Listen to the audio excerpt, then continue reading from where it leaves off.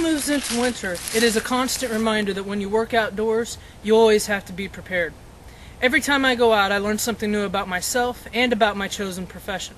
My first trip to Yellowstone was a lesson in how when I work outdoors, I always have to be prepared for anything nature can throw at me. Late May for most of the United States means temperatures are rising and the snow has gone away. At Yellowstone, that is not always the case. Going from valleys to mountains means that the weather can change in an instant. It was cold for most of the trip and snowed often, but there were times where it felt like early spring. Then winter would intervene. Even though the weather did not change drastically until the last day, it was a constant reminder to always be ready for anything. What made it so amazing was that I was given a small glimpse into what winters at Yellowstone can look like. I say small because winters there can bring several feet of snow.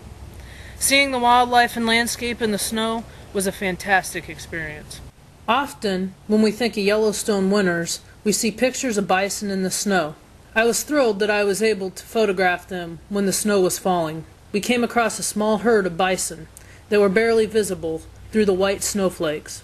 I left the car and positioned myself to get a few shots. I know that we always want to get that magical shot, but the pictures didn't turn out the best. However, sometimes it's the memories we take away that are important. It wasn't your typical winter picture, but as a photographer, I'm not trying to be like everyone else. I tell my students, learn from others, but create your own style. Look at things in a different light and try to photograph them from a new perspective. When I'm at a national park, I go to the popular tourist spots, but I also try to get off the beaten path and photograph things others may not see. Even when I'm on the beaten path, I look for things that others may not notice. Sometimes it's those unnoticed things that make the best pictures. At Black Sand Basin, there was not much that could easily be seen the day I visited. The colorful geothermal pools were hidden by their steam rising into the cold air.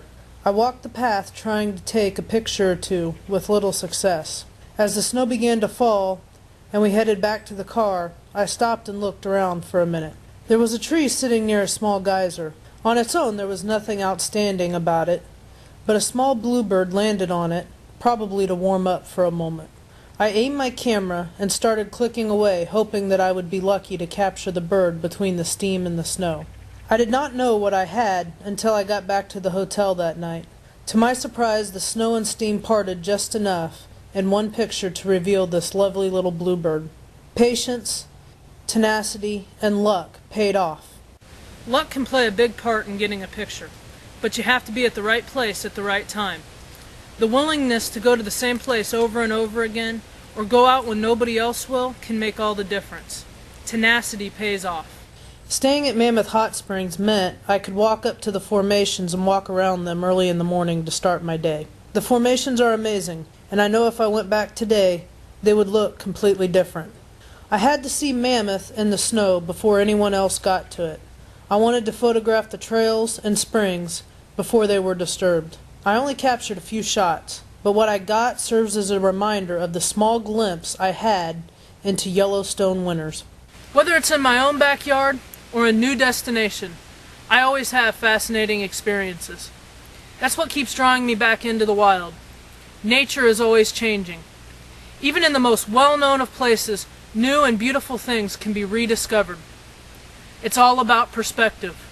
So, always keep looking around you and be creative. But most important, keep exploring.